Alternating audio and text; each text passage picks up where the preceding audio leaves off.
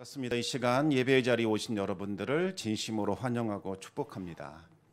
우리 지난 시간에는 이 한나가 기도로 얻은 귀한 아들 이 사무엘을 서원한 대로 하나님께 구별하여 드린 내용에 대해서 살펴봤습니다. 한나가 사무엘을 드렸다는 것은 사무엘을 대제사장 엘리에게 맡겨서 성소를 위하여 봉사하는 사람으로 쓰임받게 했다는 것을 뜻합니다. 이제 사무엘은 한나의 손에서 자라나는 것이 아니라 대제사장 엘리와 함께 성소에서 살아가게 됩니다. 그런데 이 대제사장 엘리에게는 두 명의 아들이 있습니다. 홈리와 비느하스입니다. 그런데 이 두 사람은 매우 악한 사람들이었습니다. 우리 사무엘상 2장 12절 말씀 같이 한번 읽겠습니다. 엘리의 아들들은 행실이 나빠 여호와를 알지 못하더라.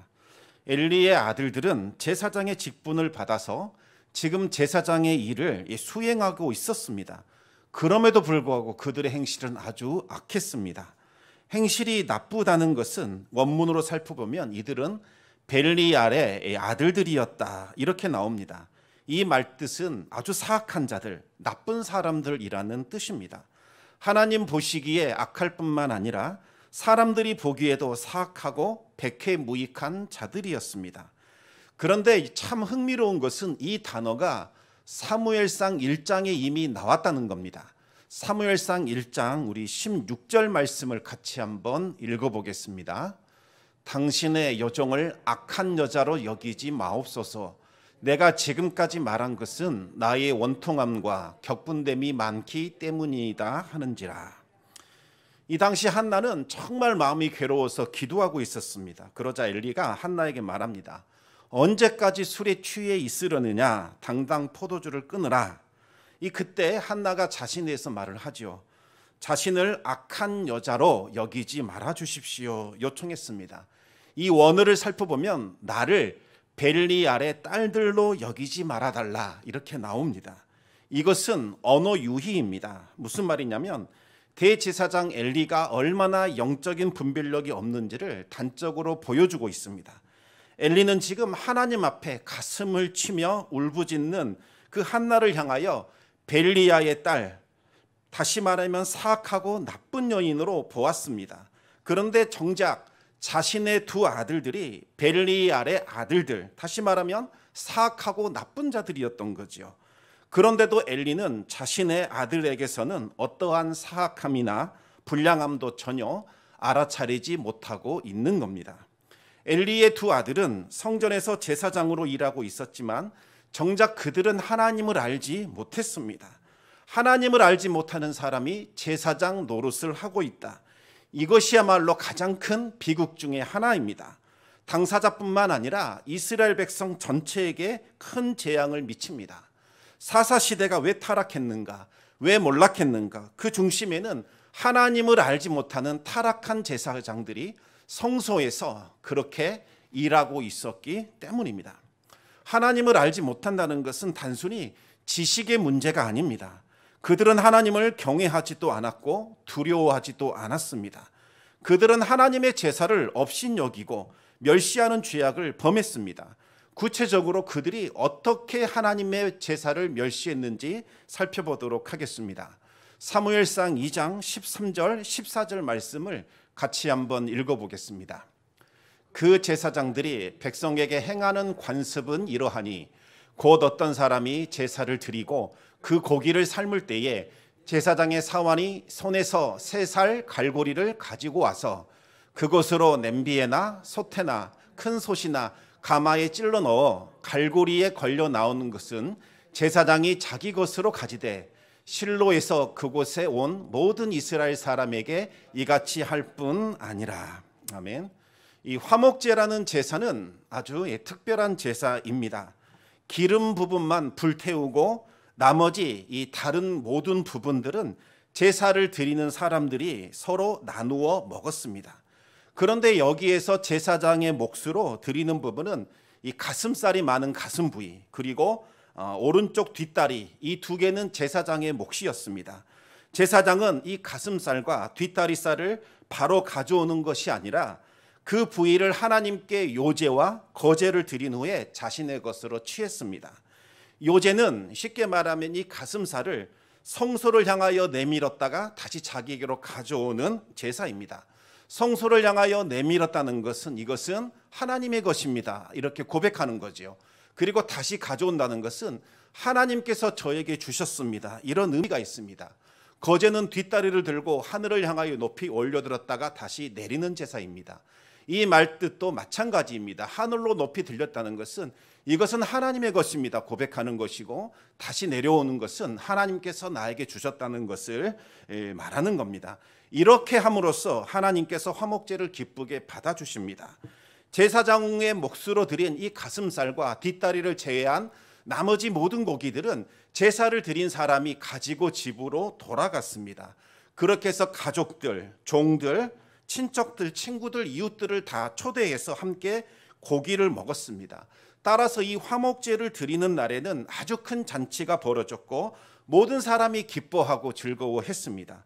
따라서 화목제는 희생제물을 하나님께 드리는 것도 중요하지만 그 고기를 함께 나눠 먹는 이 공동식사, 이것이 아주 중요했습니다. 그런데 이와 같은 절차가 완전히 지금 무시되어 버렸습니다.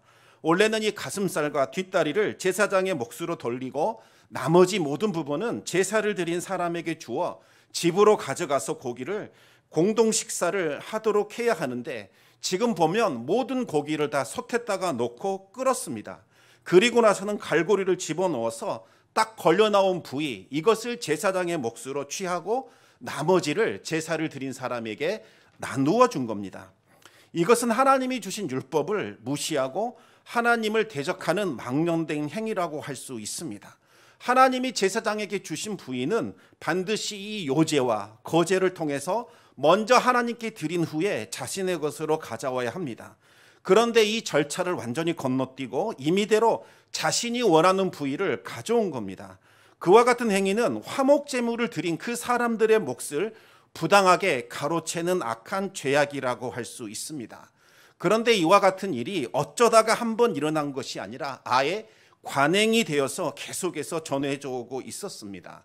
아마도 이 대제사장 엘리도 이와 같은 방식으로 자신의 몫을 챙겼던 것 같습니다. 그런데 이 엘리의 아들들은 제사장이 되면서 이것보다 더 큰 악행을 저지르게 됩니다. 사무엘상 2장 15절에서 17절까지 말씀을 같이 한번 읽어보겠습니다. 기름을 태우기 전에도 제사장의 사환이 와서 제사 드리는 사람에게 이르기를 제사장에게 구워드릴 고기를 내라. 그가 내게 삶은 고기를 원하지 아니하고 날 것을 원하신다 하다가 그 사람이 이르기를 반드시 먼저 기름을 태운 후에 내 마음에 원하는 대로 가지라 하면 그가 말하기를 아니라 지금 내게 내라. 그렇지 아니하면 내가 억지로 빼앗으리라 하였으니 이 소년들의 죄가 여호와 앞에 심히 크면 그들이 여호와의 제사를 멸시함이었더라.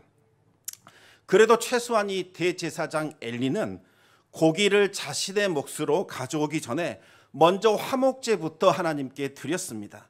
기름 부분은 하나님의 몫이기 때문에 먼저 기름 있는 부분을 번제단 위에 태워서 하나님께 올려드렸습니다. 화목제의 기름 부분은 이 하나님의 몫이기 때문에 제사장이라도 먹을 수가 없었습니다. 기름 부분을 태워드리는 절차를 다 마친 후에야 제사장은 자신의 몫을 취할 수 있었습니다. 하지만 이 엘리의 두 아들들은 화목제를 드리기 전에 자신이 원하는 그 기름기가 있는 부위, 이것을 가져왔습니다.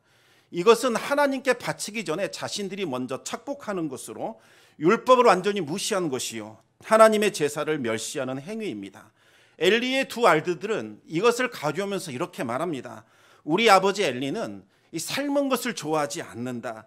기름진 생고기를 좋아하시니까 아버지를 위해서 이 고기를 내놓아라, 이렇게 말했던 겁니다.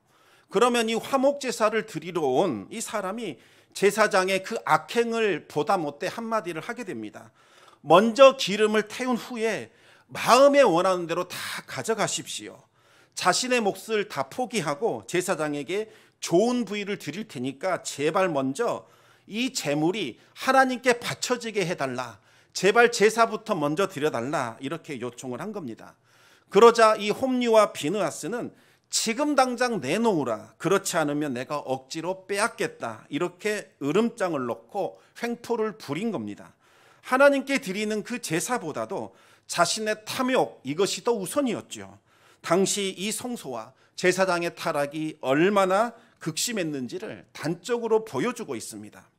하나님은 이 엘리의 아들들이 저지른 행위를 아주 큰 죄로 여기셨습니다.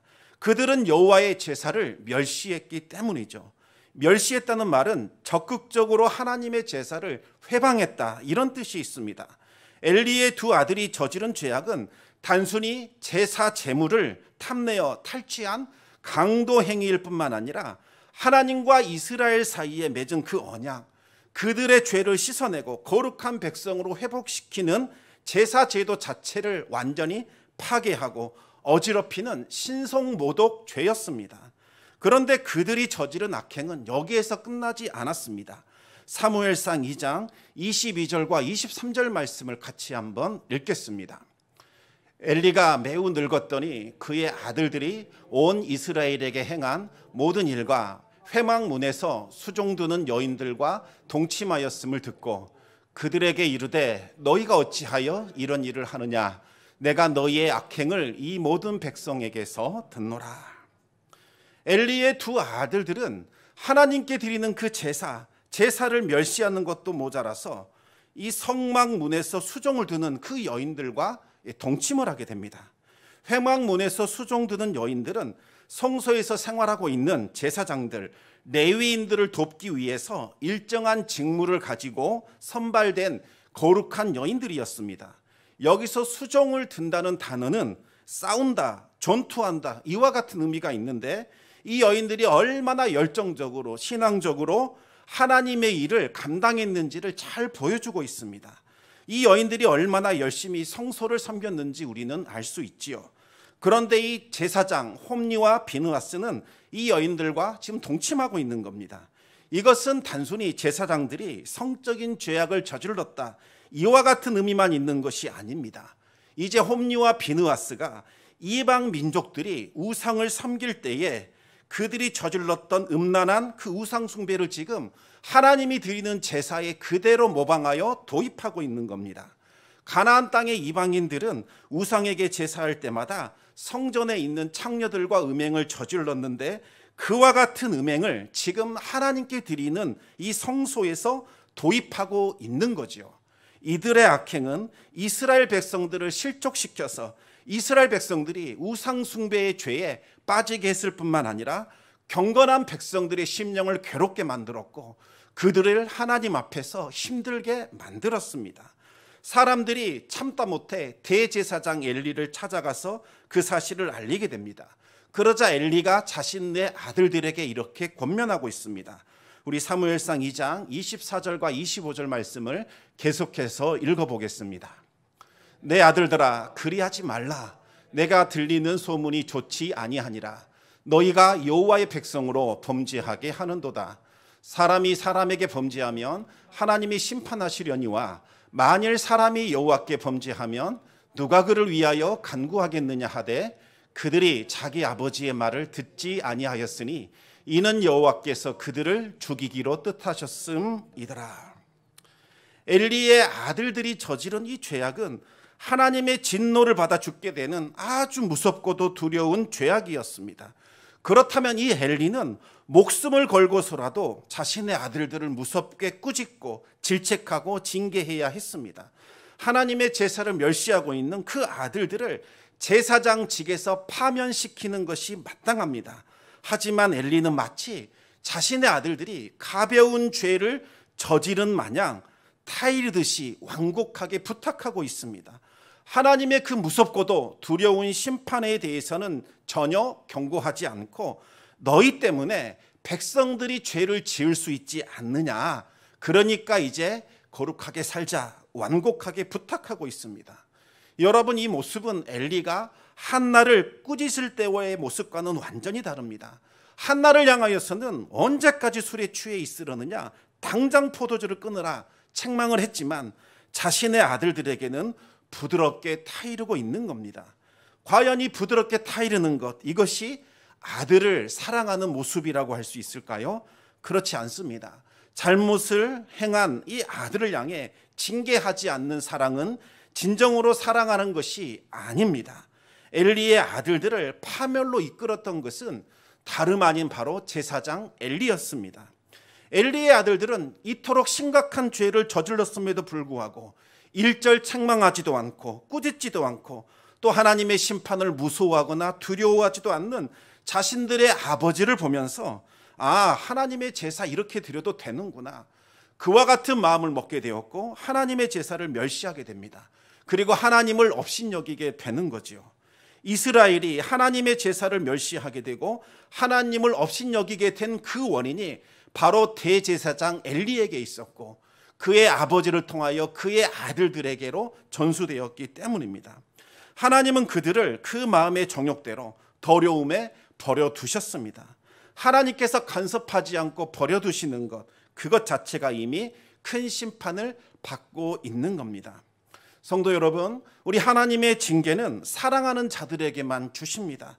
따라서 우리가 잘못할 때에 하나님께 징계받는 것, 이것을 감사하게 여기시기 바랍니다.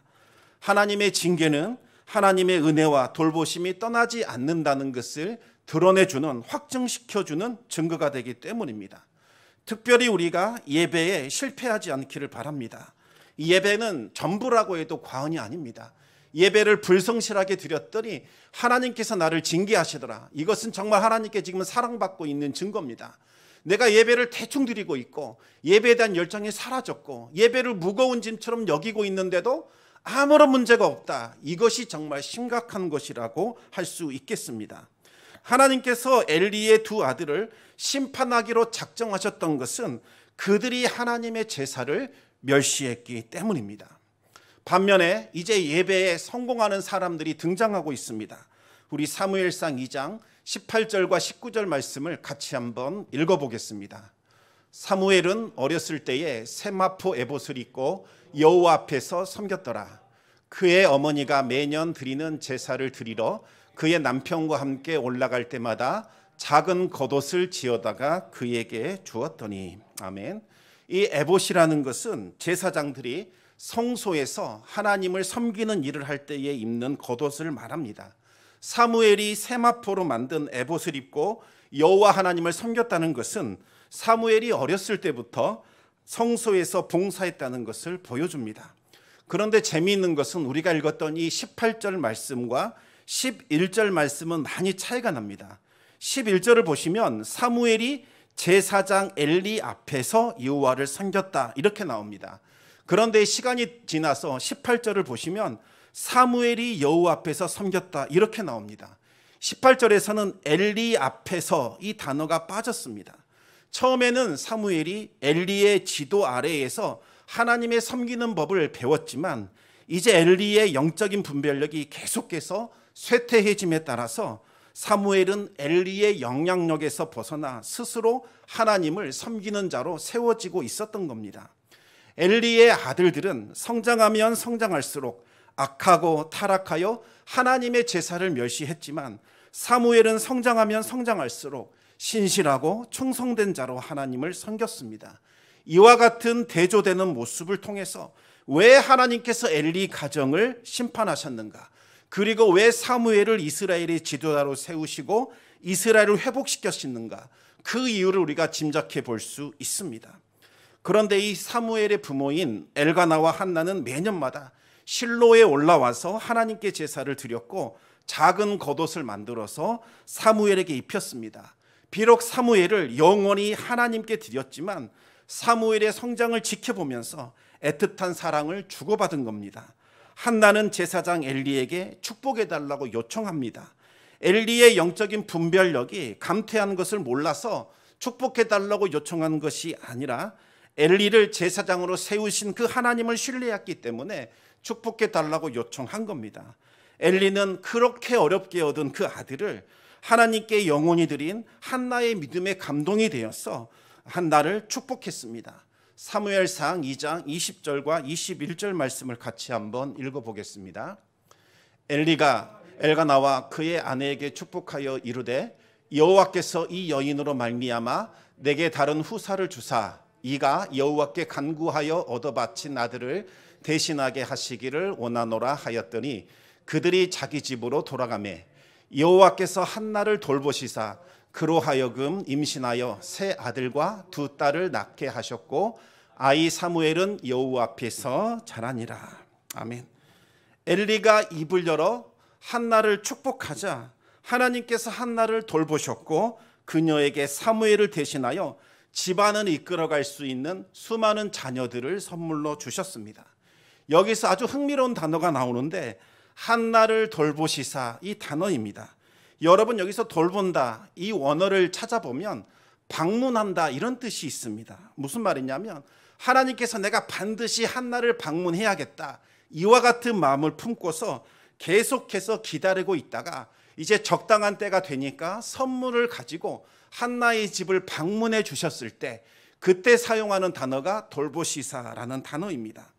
하나님은 한나에게 주실 선물을 가지고서 적절한 때를 계속해서 기다리고 있었습니다. 그러다가 제사장의 축복과 함께 한나를 방문하여 그녀에게 삼남이녀라는 자녀를 선물로 주셨습니다. 우리 하나님은 우리를 방문해 주시기를 원하십니다. 우리 각자에게 가장 좋은 선물을 지금 준비하고서 적절한 때에 우리를 방문해 주십니다. 비록 이 영적인 분별력을 잃어버린 엘리 제사장이었지만 한나는 그에게 권위를 주신 하나님을 신뢰하여 엘리 제사장을 무시하지 않았습니다. 그리고 그에게 축복해달라고 요청했습니다. 그리고 엘리도 진심으로 한나를 축복했습니다.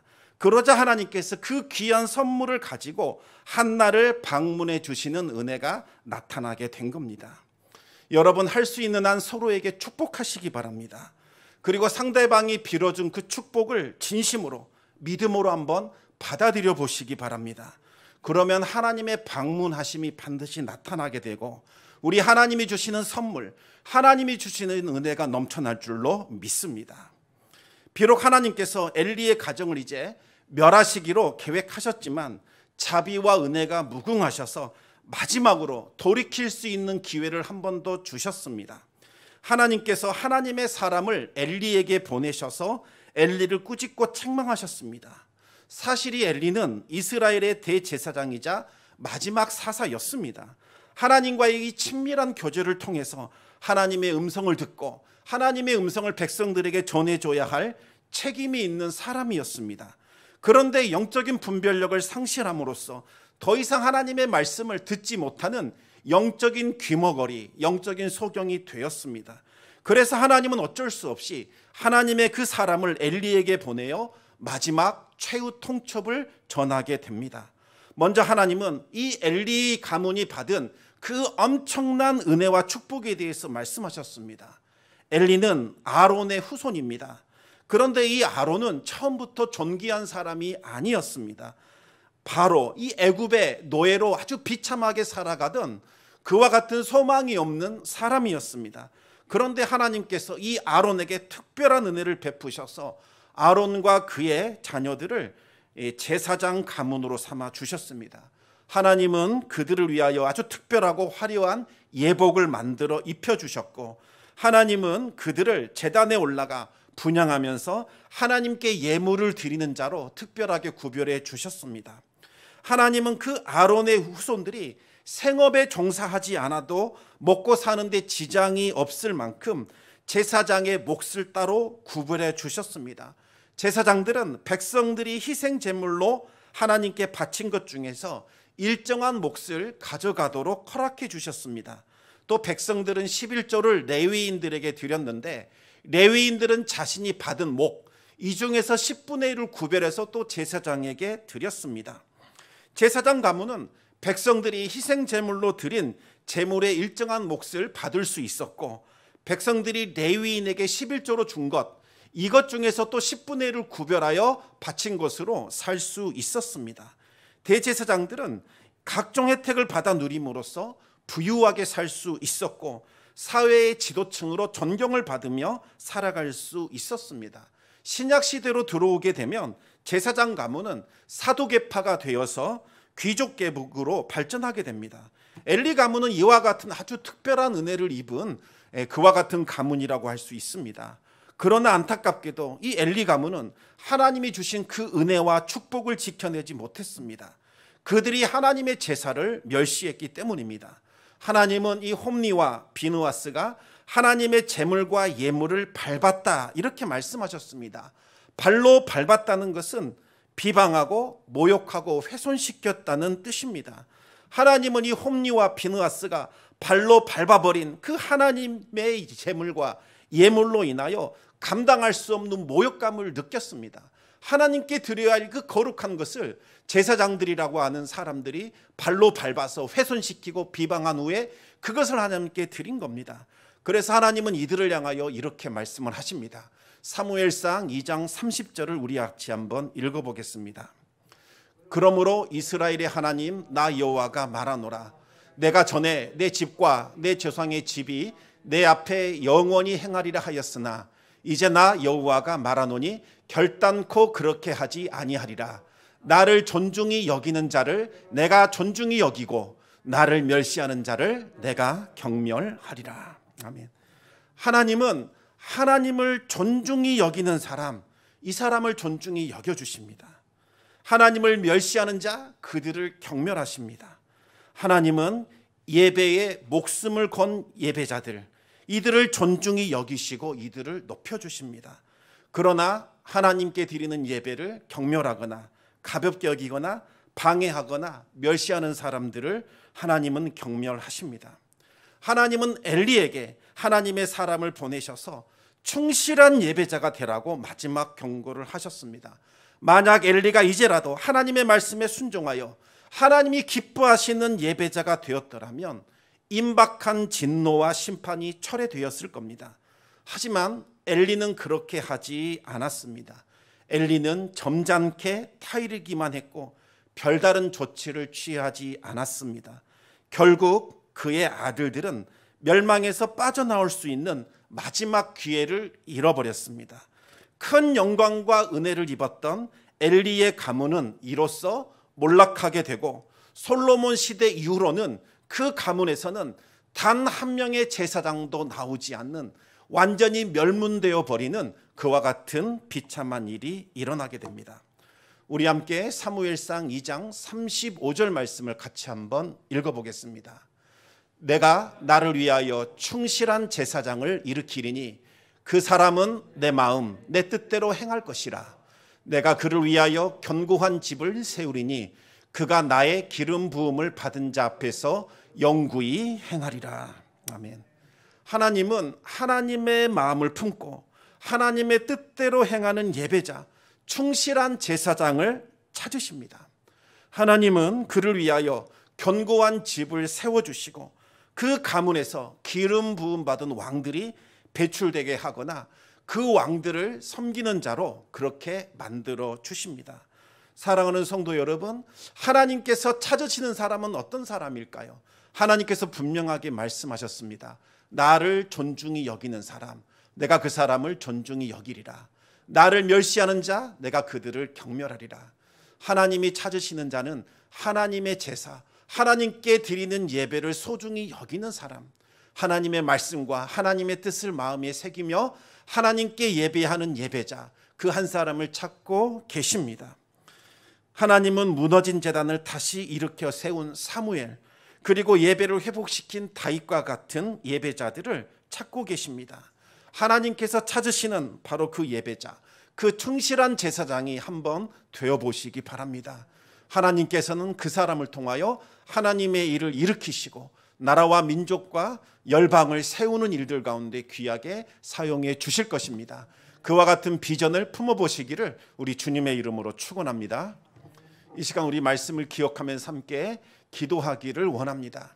하나님께서 우리에게 요구하시는 것은 엄청난 것, 뭔가 특별한 것, 뭔가 대단한 것이 아닙니다.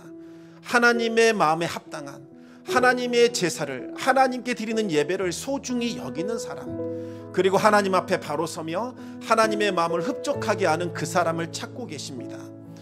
정말 그 수많은 땅에서 그 제대로 된 예배자 한 사람이 없었기에 하나님은 한나를 구별하셨고 한나에게 불임의 아픔이 무엇인지를 깨닫게 하셨고 한 명의 예배자를 세울 수 있도록 온 마음과 뜻과 정성을 다하여 몸부림치며 기도하는 기도자로 먼저 세우셨습니다. 그리고 하나님은 한나에게 예배하는 자 사무엘을 주셔서 이스라엘을 다시 일으켜 세우셨습니다. 지금 이 시대에 필요한 것 바로 하나님께 충실한 제사장, 하나님을 예배하는 예배자인 줄 압니다. 하나님, 우리 자신이 하나님 찾으시는 그 예배자 되게 하여 주시고 우리 교회가 하나님을 예배하는 교회 되게 하여 주시며 우리 대한민국이 하나님의 영광을 노래하며 찬송하는 하나님 기뻐하시는 예배자로 가득 찬 나라가 되게 하여 주시옵소서. 그와 같은 기도를 드리면서 우리 주님 앞에 나아가겠습니다.